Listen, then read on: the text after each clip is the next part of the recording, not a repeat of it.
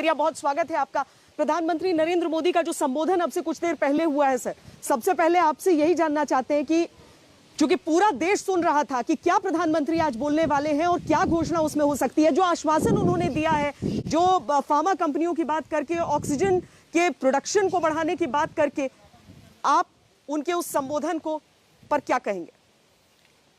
मैं ये कहूंगा कि प्रधानमंत्री जी ने सबसे पहले तो कोरोना वॉरियर्स को धन्यवाद किया और ये माना कि हम सब लोग कोरोना वॉरियर्स जो हैं वो 1 साल से पूरी तरह से लगे हुए हैं इस पैंडेमिक से निकलने की कोशिश करने के लिए। दूसरा, उन्होंने ये कहा कि देश को, सब लोगों को इकट्ठे होके इस पैंडेमिक से लड़ना है, चाहे वो हमारी फार्मा इंडस्ट्री हो, चाहे आम नागरिक हो, चाहे हमारे युवा हो, या फिर हमारे डॉक्टर्स या फ्रंटलाइन वर्कर्स हो। हम सबको इकट्ठे मिलके एक दूसरे की साथ मिलके भागीदारी के साथ इस पैंडेमिक से बाहर आना है। इसके साथ साथ कोविड अप्रोप्रिएट बिहेवियर बहुत जरूरी है, क्योंकि अगर हमें अपने केसेस को कम करना है, पैंडेमिक को जल्दी नीचे लाना है, जो स्पाइक है, तो सब लोगों को इकट्ठे मिलके चेन ऑफ ट्रांसमिशन को रोकना पड़ेगा और माइक्रो कंटेनमेंट जोन बनाने पड़ेंगे। वैक्सीन को आगे जो है काफी बूस्ट मिला है, क्योंकि अब वैक्सीन जो है 1 मई से 18 साल से बड़े उम्र के सब लोगों पे लगना शुरू हो जाएगी। डॉक्टर गुलेरिया, जिस रफ्तार से अभी वैक्सीनेशन हो रही है, अब एक तरह से हम 18 साल से ज्यादा उम्र के लोगों को देखें तो 90 करोड़ की आबादी हो जाती है। क्या हम सक्षम हैं? क्योंकि बहुत जगह से कंप्लेंट्स आती हैं कि अभी सप्लाई पर्याप्त नहीं आ रही। तो ये बात सही है, हमारी पॉपुलेशन बहुत ज्यादा है, इसलिए चैलेंज होगा, क्योंकि अगर हम कहें कि हम 90 करोड़ लोगों को एकदम वैक्सीनेट कर देंगे, वो नामुमकिन है। लेकिन हमें ये देखना चाहिए कि हम किसी तरह से 2 चीजें कर पाए। एक ये है कि हमारे पास डोजेस जितनी ज्यादा हम ला पाए, चाहे वो हमारे जो भारत में 2 वैक्सीन बन रही है उसकी सप्लाई चेन और बढ़ा दें, जिससे और सप्लायर हो जाए, और जो मैन्युफैक्चरर्स हैं उनके साथ मिलके, जैसे प्रधानमंत्री जी ने कहा, भागीदारी करके वैक्सीन भारत में बनाना शुरू कर दें, या हम बाहर से जो वैक्सीन अवेलेबल है उनको भारत में ले आए, और उसके लिए भी छूट दी गई है। तो इससे हमारा जो वैक्सीन पूल है वो आस्ता आस्ता बढ़ जाएगा। फिर हमें ये करना है कि एक तरह तो हमें जो हमारे हाई रिस्क पॉपुलेशन है, 45 उम्र से ज्यादा लोग हैं, उनकी तरफ पूरा ध्यान रखना है, उन सबको वैक्सीनेट करना है। लेकिन उसके साथ साथ जो भी अवेलेबल डोजेज हैं वो और लोगों को भी लगाना है, जिससे चेन ऑफ ट्रांसमिशन को भी हम रोक पाए। तो एक तो अपनी मोर्टेलिटी कम कर पाए, क्योंकि जो हाई रिस्क ग्रुप है उनको हम वैक्सीनेट कर रहे हैं, और दूसरा आस्ता आस्ता ज्यादा से ज्यादा लोगों को हम वैक्सीनेट करें, जिससे जो चेन ऑफ हम रोक पाए और हमारे केसेस कम हो। जो फंड्स रिलीज किए गए हैं कोविड प्रोडक्शन के लिए, ये कारगर होंगे अभी आने वाले दिनों में? क्योंकि आधार पूनावाला की तरफ से पहले करीब 2 हफ्ते पहले मांग की गई थी, और उसके बाद जिस तरह से हमने भारत बायोटेक को देखा कि वहां पर 3 स्टेट रन कंपनीज को लगा दिया गया कि आप उसकी प्रोडक्शन को बूस्ट करने में मदद करें, ये सारे कदम लॉन्ग रन में कारगर होंगे और हम ज्यादा से ज्यादा वैक्सीन वायल्स को हासिल करने में कामयाब हो पाएंगे? बिल्कुल। इसके साथ साथ दोनों कंपनियां जो है अपने नए नए प्लांट भी लगाने लगी हैं, और कुछ हफ्तों में ये प्लांट्स भी अपनी तरफ से वैक्सीन की प्रोडक्शन शुरू कर देंगे। तो हम अगर देखें, अगले 2-3 महीने के अंदर ही हमारी जो वैक्सीन की कैपेसिटी है वो एकदम बढ़ जाएगी।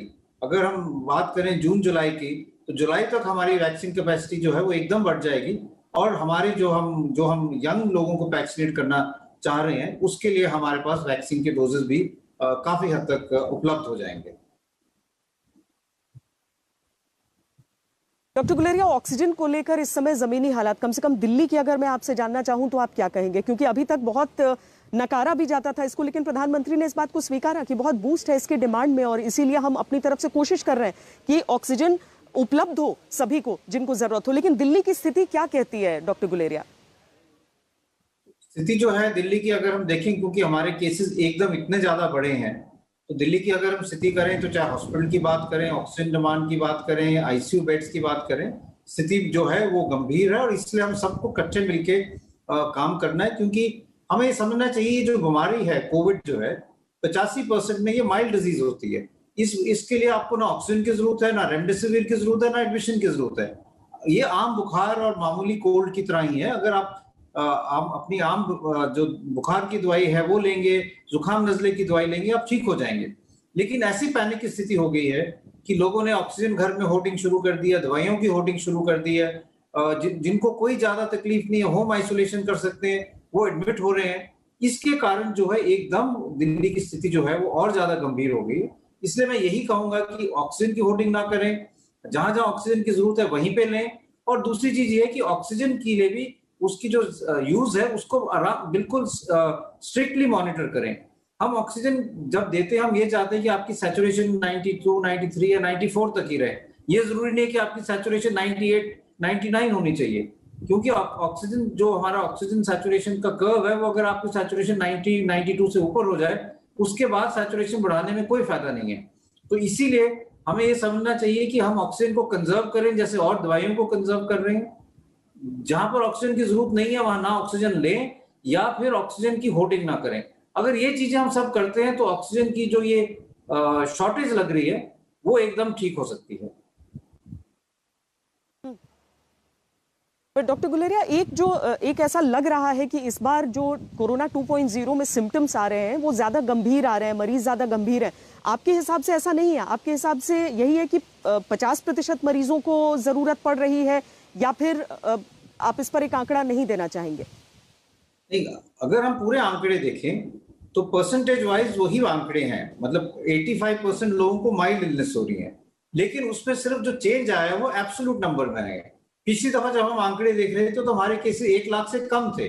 दिल्ली की बात करें तो हमारे केसेस 10-15 हजार ही थे, अब हमारे केसेस 25 हजार से ज्यादा हो गए हैं। अगर हम पूरे देश की बात करें तो 1 लाख से कम हमारे केसेस थे, अब हम 3 लाख तक पहुंच रहे हैं। तो एब्सोल्यूट नंबर में हमारे जो केसेस हैं वो ज्यादा होंगे और हॉस्पिटल की डिमांड भी बढ़ेगी, तो इसीलिए जो है केसेस ज्यादा लग रहे हैं। लेकिन अगर हम परसेंटेज की बात करें तो एक्चुअल परसेंटेज में वो उतने ही बनते हैं। सिर्फ हमें थोड़ा सा अपनी जो हेल्थ केयर फैसिलिटीज है उसको आगे बढ़ाने की जरूरत है, क्योंकि हमारे एकदम केसेस बहुत ज्यादा राइज किए हैं और उसके मैनेजमेंट के लिए हमें पूरी तैयारी करने की जरूरत है। डॉक्टर गुलेरिया, फार्मा कंपनीज को लेकर भी प्रधानमंत्री ने कहा है कि ऐसा प्रोडक्शन, और आश्वासन भी दिया है कि दवाइयां रहेंगी। लेकिन जब हम उन केमिस्ट के पास चले जाते हैं वो प्रिस्क्रिप्शंस लेकर, कई लोगों की शिकायतें भी आती हैं और हम लोग खुद वो रियलिटी चेक्स करने जाते हैं तो देखते हैं कि वो दवाइयां उपलब्ध नहीं है। क्या आपके हिसाब से सचमुच में दवाइयों की उपलब्धता नहीं है, या फिर आपको इसके पीछे भी एक होर्डिंग का सेंस लग रहा है? दोनों चीजें हैं। पहली चीज तो यही है कि कई आप पेशेंट से बात करो, और मैं खुद अपना अनुभव बता रहा हूं, तो कई पेशेंट्स जो जिनको माइल्ड इलनेस है वो ये कहेंगे कि हमने ऑलरेडी अपने घर में 20 वायल रेमडेसिविर के रख ली हैं कि शायद जरूरत पड़े। तो होर्डिंग तो हो रही है, पेशेंट के लेवल पे हो रही है, और घर पे कई लोगों ने रेमडेसिविर के अपने लिए, अपने रिश्तेदारों के लिए कई वायल रख ली हैं, और इसके कारण मार्केट में शॉर्टेज हो रही है। दूसरी चीज ये भी हुई है कि जब हमारे केसेस बहुत कम थे जनवरी फरवरी में, तो रेमडेसिविर की डिमांड बहुत कम हो गई थी, तो कई कंपनियों ने इसकी प्रोडक्शन थोड़ी कम कर दी थी। तो इसीलिए कुछ हद तक थोड़ा शॉर्ट ड्यूरेशन ऐसे लगता है कि जैसे प्रोडक्शन जो सप्लाई है वो कम है। लेकिन जैसे प्रधानमंत्री जी ने कहा कि अब आस्ता आस्ता बहुत कंपनीज जो है वो आगे आई हैं, उन्होंने अपना प्राइस भी कम किया है, और मेरा मानना है कि अब कुछ दिन में मार्केट में इस दवाई की कमी नहीं होगी। लेकिन ये भी जरूरी है कि लोग होर्डिंग ना करें, बिना मतलब के अपने घर पे रेमडेसिविर के स्टॉक ना बनाए, क्योंकि उससे मार्केट में जो है फॉल्स जो है वो कमी बन जाएगी। डॉक्टर गुलेरिया, क्या हुआ पहली लहर से दूसरी लहर के बीच में? पहली लहर में हम सबको ऐसा लगा कि हमारी तैयारी अच्छी है, जो चीजें नहीं भी यहाँ पर बनती थी वो बनना शुरू हो गई। लेकिन पहली लहर के जाते जाते क्या एक फॉल्स सेंस ऑफ कॉन्फिडेंस भी आया लोगों में कि शायद हिंदुस्तानियों को कोई असर नहीं हो सकता इस बीमारी से? और ये फॉल्स सेंस ऑफ कॉन्फिडेंस जो है वो शायद एडमिनिस्ट्रेशन के हिसाब से थोड़ा सा भारी पड़ गया हम सब पर, क्योंकि जो तैयारियां हो भी रखी थी, जो अस्पताल तैयार थे, वहां पर भी दूसरी लहर को झेल पाने की शक्ति नहीं दिखी। ये तैयारियों की कमी ही तो कहेंगे हम, अगर अस्पतालों के बाहर एम्बुलेंसेस की लंबी लाइन है और किसी को बेड उपलब्ध नहीं हो पा रहा। तो इसके कई कारण हैं, और मैं ये कहूंगा कि कुछ हद तक जो आपने कहा बात सही है। पहली चीज ये कि हमने पिछले साल बहुत तैयारी की थी, हमने यहाँ तक तैयारी की थी कि अगर हमारे 3 लाख से ज्यादा भी केसेस हों तो हमें बेड की कमी ना हो, आईसीयू की कमी ना हो, ऑक्सीजन की कमी ना हो। फिर जनवरी में जब हमारे केसेस बहुत कम हुए तो कई लोगों को लगने लगा कि अब कोविड खत्म हो गया है, और बहुत ज्यादा ढील हो गई। उसके साथ साथ हमने ये नहीं देखा कि भाई और दुनिया में क्या हो रहा है। दुनिया में उसी टाइम पे यूके में एक नया स्ट्रेन जो बहुत इन्फेक्शियस था वो फैल रहा था और वहां पे केसेस एकदम बढ़ रहे थे, और ये कुछ ही समय की बात थी कि अब वो जो स्ट्रेन है वो यूके से भारत में आएगा। तो ये हमें तभी कई लोगों ने तब भी ये चेतावनी दी थी कि ये यूके स्ट्रेन जो अगर भारत में आया तो एकदम हमारे केसेस बढ़ जाएंगे, क्योंकि सीरो सर्वेलेंस ने तब भी दिखाया था कि हमारे अभी ससेप्टेबिलिटी बहुत ज्यादा है। लेकिन एक चीज और ये हुई कि जो लोगों में एक साल जो वो बंद रहे अंदर, कोविड अप्रोप्रिएट बिहेवियर निभाना पड़ा, तो काफी हद तक लोग तंग आ गए। उनको लगा वैक्सीन आ गई है, अब केसेस भी कम हो गए हैं, तो स्कूल्स भी शुरू हो गए, लोगों ने बाहर जाना भी शुरू हो गया, शादियां भी होने लगी, पार्टीज भी होने लगी, बहुत फंक्शन हुए। उस सारे जब ये ऐसा माहौल बना तो उसके साथ साथ हॉस्पिटल्स में भी कोविड से नॉन कोविड काम भी ज्यादा शुरू हो गया, क्योंकि ये लगा कि अब जब कोविड के केसेस कम है और नॉन कोविड काम एक साल से नहीं हो रहा है तो उस पर भी कुछ ध्यान दिया जाए। तो हॉस्पिटल्स ने भी अपनी कोविड की जो तैयारी है कुछ कम की, लोगों में भी थोड़ा लापरवाही आई, वायरस भी म्यूटेट करके ज्यादा इन्फेक्शियस हो गया। और ये जब सारी चीजें एक ही साथ इकट्ठी हमारे देश में आए तो दो तीन चीजें हुई। एक तो ये हुआ कि वायरस एकदम आग की तरह सब जगह फैलना शुरू हुआ, केसेस एकदम बढ़ने शुरू हुए, और हमारा जो फैसिलिटी थी जो नॉन कोविड की तरफ जा रहा था उसको वापस कोविड केयर में जैसे हमने पिछले साल किया था उसको लाने में कुछ समय लगा। लेकिन वायरस जो था वो उस टाइम उसने वेट नहीं किया, वो एकदम आगे बढ़ गया। और इसलिए अभी जो है ये एक डिस्क्रिपेंसी आ रही है कि कोविड केयर की जो बेड्स हैं वो कुछ हद तक अभी कम लग रहे हैं, क्योंकि कुछ बेड्स जो है वो नॉन कोविड के ट्रॉमा में भी यूज हो रहे हैं। आस्ता आस्ता ये डिस्क्रिपेंसी जो है करेक्ट हो जाएगी।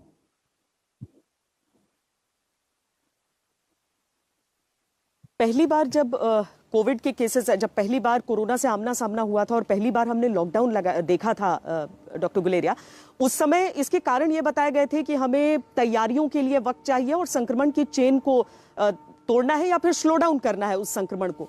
आज की तारीख में भी तो ये चीजें अप्लाई कर रही हैं। एक डॉक्टर के तौर पर क्या आप लॉकडाउन का इंतजार कर रहे थे या आपको लग रहा था कि नहीं, लॉकडाउन से ज्यादा एक निजी अनुशासन की जरूरत ज्यादा है? हाँ, तो एक तो अनुशासन की जरूरत ज्यादा है, दूसरा ये है कि हमें ये समझना चाहिए कि हमें बैलेंस करना है लाइव्स और लाइवलीहुड को। और हमें क्या चाहिए, हमें ये चाहिए कि हम ये कोशिश करें कि जहां जहां पे ये केसेस बढ़ रहे हैं, जो हम कह सकते हैं हॉट स्पॉट्स है, वहां कंटेनमेंट जोन्स बनाए और वहां पे हम ऐसा सिचुएशन करें कि 2 हफ्ते के लिए वहां से कोई बाहर ना जा पाए, क्योंकि वायरस का इंक्यूबेशन पीरियड 2 हफ्ते है। वहां सब लोगों की टेस्टिंग, ट्रैकिंग, ट्रीटमेंट और आइसोलेशन हो, जिससे हम सब लोगों को पकड़ पाए, उनको आइसोलेट कर पाए और चेन ऑफ ट्रांसमिशन को रोक पाए। और पूरा ध्यान दिया जाए कि जिन एरियाज में हमारे देश के जहां पे अभी केसेस कम है उनको हम प्रोटेक्ट करके रखें, वहां पे वायरस को ना आने दें, बहुत अग्रेसिव सर्वेलेंस करें और बहुत सख्ती करें as far as COVID appropriate behaviour is concern, बहुत सख्ती करें as far as crowds are concern. बिल्कुल भीड़ ना इकट्ठी होने दें, उस पर पूरी तरह से रोक लगाएं।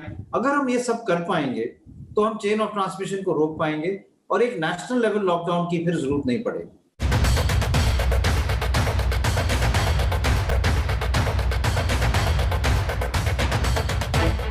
आपने पिछले 1 साल में आम लोगों के लिए कोविड फटीग की बात की डॉक्टर गुलेरिया, लेकिन डॉक्टर्स का वो फटीग, उसका क्या? जो आप लोगों तो 1 साल से आप लोग वो न सिर्फ पेशेंट्स ट्रीट कर रहे हैं, जब केसेस कम भी हुए उस समय भी आप लोगों को इन सारे प्रोटोकॉल्स का पालन करना था।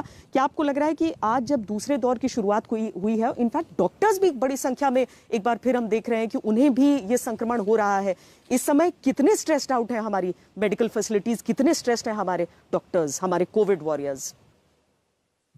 मैं ये कहना चाहूंगा कि डॉक्टर्स बहुत स्ट्रेस्ड आउट हैं। कई डॉक्टरों को इस सेकेंड वेव में इन्फेक्शन भी हुआ है और 1 साल से वो लड़ रहे हैं।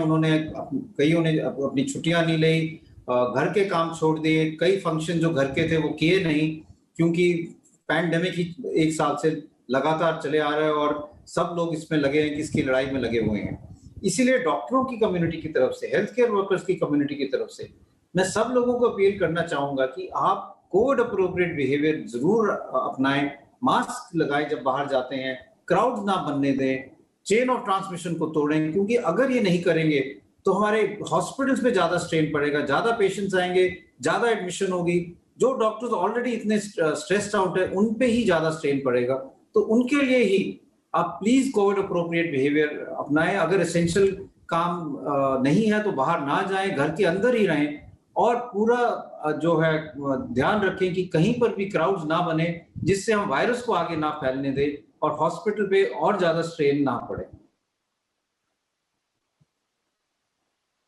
डॉक्टर गुलेरिया, फ्रंटलाइन वर्कर्स दो वैक्सीन के दोनों डोज कंप्लीट उनके हो चुके थे। अगर वैसे केसेस में अगर पॉजिटिव केसेस आते हैं, लोगों के मन में आशंका होती है, उसे दूर करने के लिए आप क्या कहेंगे? क्या इसके बावजूद वैक्सीनेशन की वो सफलताएं हैं जिसके कारण लोगों को बाहर निकलना चाहिए और वैक्सीन के लिए जाना चाहिए? बिल्कुल, पहले लोगों को समझना चाहिए कि हम वैक्सीन का लगाने से हम क्या अचीव करना चाह रहे हैं। वैक्सीन लगाने से हम सीवियर डिजीज को प्रोटेक्ट करना चाह रहे हैं। Vaccine will protect you from disease, not infection. इसका ये मतलब हुआ कि अगर हम वैक्सीन लगाते हैं तो वैक्सीन से हमारे बॉडी में एंटीबॉडी बनेगी जो हमें प्रोटेक्शन देगी कि अगर हमें कोविड हुआ तो हमें सीरियस इन्फेक्शन नहीं होगा, हमें हॉस्पिटल नहीं जाना पड़ेगा, हमें आईसीयू नहीं जाना पड़ेगा और हमारी जान बच जाएगी। लेकिन अगर हमें वैक्सीन लगा है, हमें इन्फेक्शन हो सकता है। इसका यह मतलब हुआ कि अगर हम किसी कोविड पॉजिटिव पेशेंट के संपर्क में आए तो हमारे गले और नाक में भी वायरस आ सकता है, हम पॉजिटिव भी हो सकते हैं। लेकिन क्योंकि हमारे शरीर में एंटीबॉडीज बन चुकी हैं वैक्सीन के कारण, वो इस वायरस को आगे बढ़ने नहीं देगी और हमारे को डिजीज की सिवियरिटी को ज्यादा बढ़ने नहीं देंगी और माइल्ड डिजीज ही होगी, अब डिजीज होगी ही नहीं। लेकिन हम इन्फेक्शियस होंगे क्योंकि हमारा आरटीपीसीआर भी पॉजिटिव होगा और हम ये वायरस किसी और को दे सकते हैं जिसको वैक्सीन नहीं लगी हो, जो प्रोटेक्टेड नहीं है। इसीलिए हम कहते हैं कि virus will prevent you from severe disease, you can still get infection और आप औरों को इन्फेक्शन दे सकते हो। इसीलिए वैक्सीन के बाद भी कोविड अप्रोप्रिएट बिहेवियर बहुत जरूरी है, मास्क लगाना बहुत जरूरी है, क्योंकि आप तो प्रोटेक्टेड हैं, लेकिन हम ये नहीं चाहते कि आपके घर के और किसी व्यक्ति को आपके कारण कोविड हो जाए।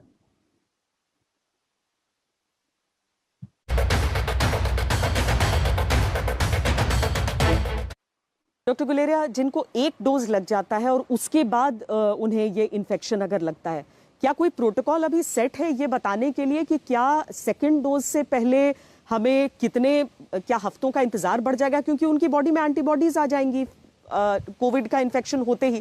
क्या इसको लेकर अभी तक कोई क्लैरिटी है या इस पर अभी विचार जारी है? इस पे दो तीन चीजें हैं जो डेटा भी आया है और मैं इसको एक और तरीके से आपको समझाता हूं कि मान लो किसी को पहले कोविड हो चुका है और वो उसके बाद तो उसके शरीर में ऑलरेडी एंटीबॉडीज बन गई हैं, अब वो वैक्सीन लगाता है तो उसको अब उसके बाद फिर बूस्टर डोज या सेकेंड डोज लगाने की जरूरत है या नहीं है। हम कहते हैं कि आप सेकेंड डोज भी लगाएं क्योंकि आपकी इम्यूनिटी और ज्यादा होगी। लेकिन स्टडीज ये शो करती हैं कि अगर आपको एक दफा कोविड हो चुका है तो आपकी बॉडी जो है वो प्राइम हो चुकी है और जो आपका फर्स्ट डोज वैक्सीन है वो एक बूस्टर डोज की तरह एक्ट करता है और आपके इसके बाद भी बहुत अच्छी एंटीबॉडीज बन जाती है। और कई लोग ये कहते हैं कि शायद सेकेंड डोज की जरूरत ना पड़े उन लोगों में जिनको ऑलरेडी पहले कोविड हो चुका है। इसका ये मतलब है कि जब आपको इन्फेक्शन होता है तो आपकी वो भी एक टाइप की वैक्सीनेशन ही है जिससे आपको एंटीबॉडीज बनती हैं। अब फर्स्ट डोज के बाद अगर किसी को इन्फेक्शन हो गया है तो उसमें भी एंटीबॉडीज बनेगी, उसको प्रोटेक्शन अच्छी मिलेगी, इसलिए वो अपना सेकेंड डोज जो है वो डिले कर सकता है, 6 हफ्ते या 3 महीने बाद भी लगा सकते हैं क्योंकि तब तक वो रिकवर भी कर जाएंगे इन्फेक्शन से और उनको कुछ हद तक तब तक प्रोटेक्शन भी मिलेगा जो इन्फेक्शन होने से एंटीबॉडीज बनी।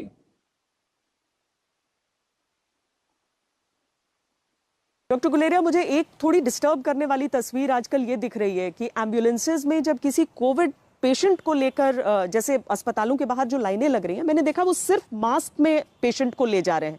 मतलब एम्बुलेंस ड्राइवर और अटेंडेंट जो है सिर्फ एक मास्क पहने हुए हैं। क्या ये एम्पल प्रोटेक्शन है इस तरह से पेशेंट्स को ले जाने के लिए, या फिर वो भी अपने आप को एक्सपोज कर रहे हैं क्योंकि मुमकिन है उन्हें भी 2 डोजेस लग चुके हों वैक्सीन के?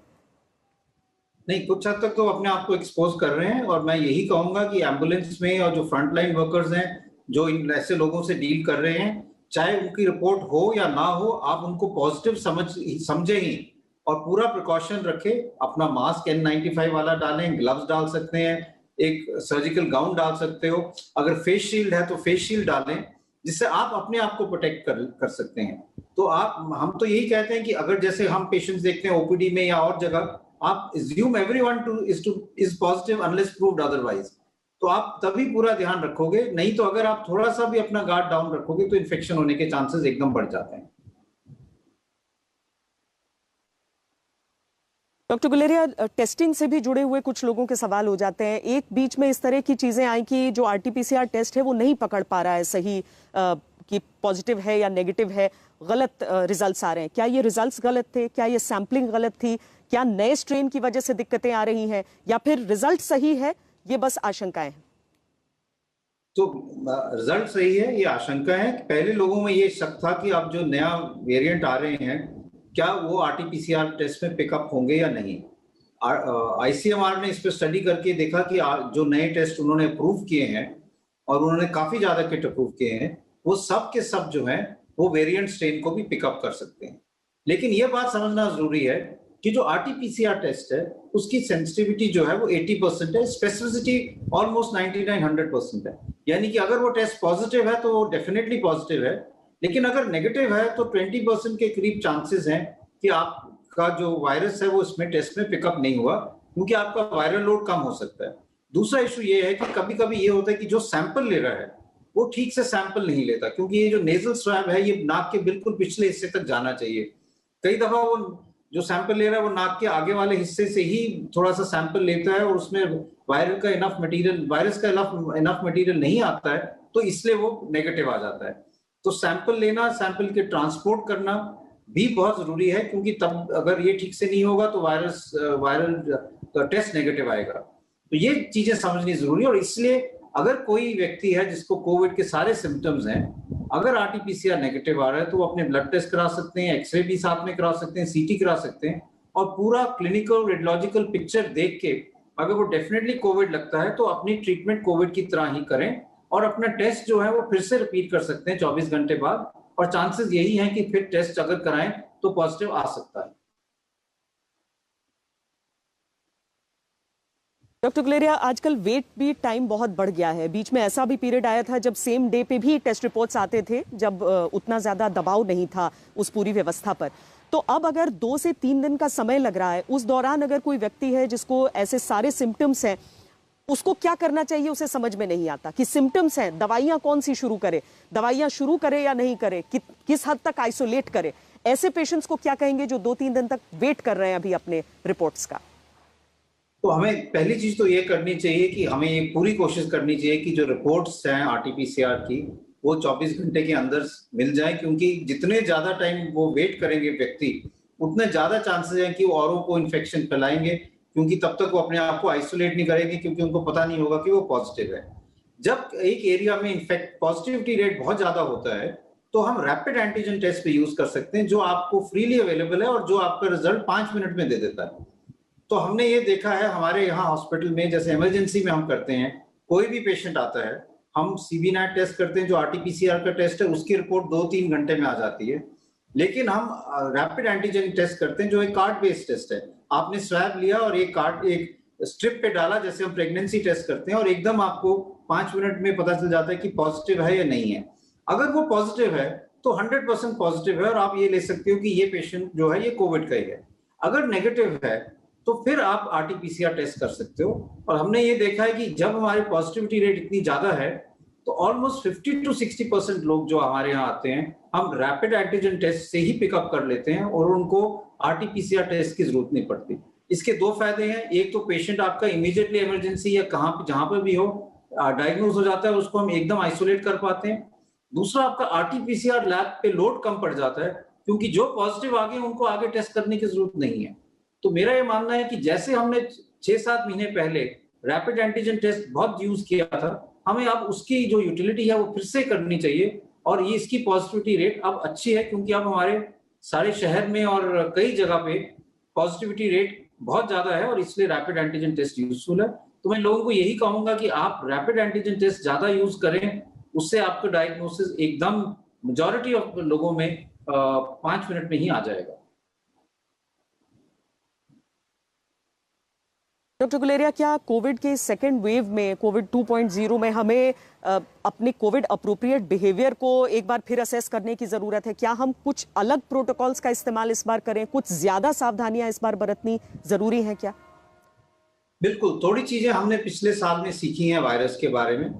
और पहली चीज हमने ये सीखी है कि जो वायरस है, जो हम पहले कहते हैं कि सरफेस ट्रांसमिशन बहुत ज्यादा है, वो शायद इतना इंपॉर्टेंट नहीं है।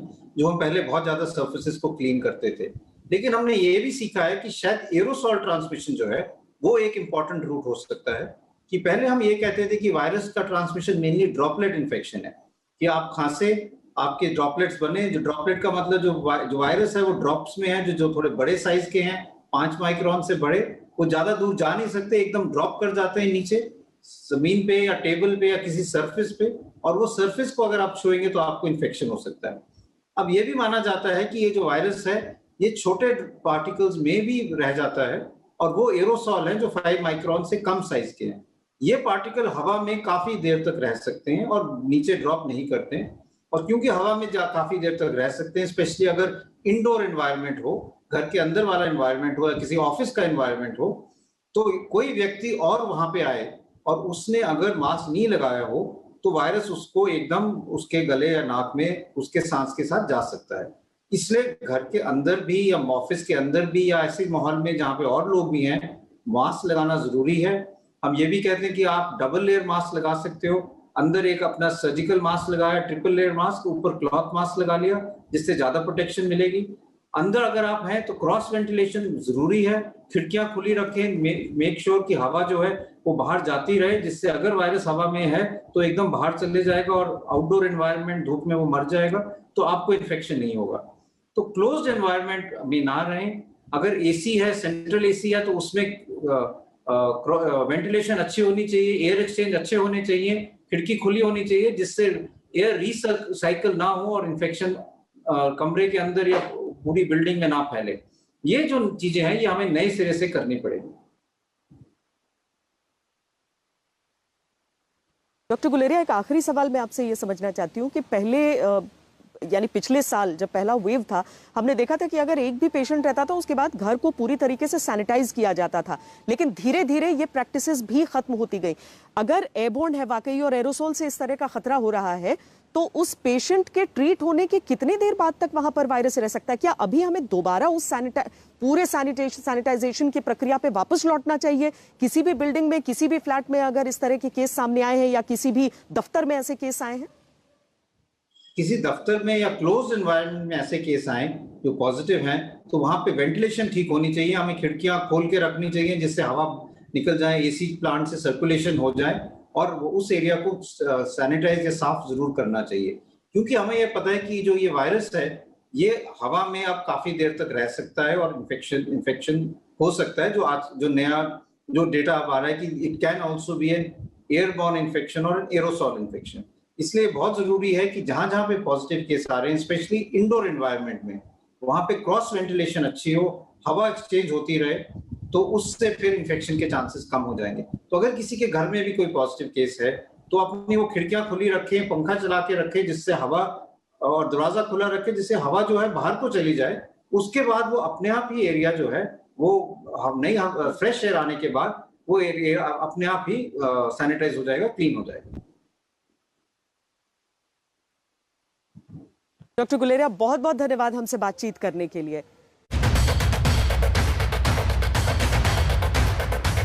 नमस्कार, मैं हूं अंजना ओम कश्यप। हमें उम्मीद है ये वीडियो आपको पसंद आया होगा।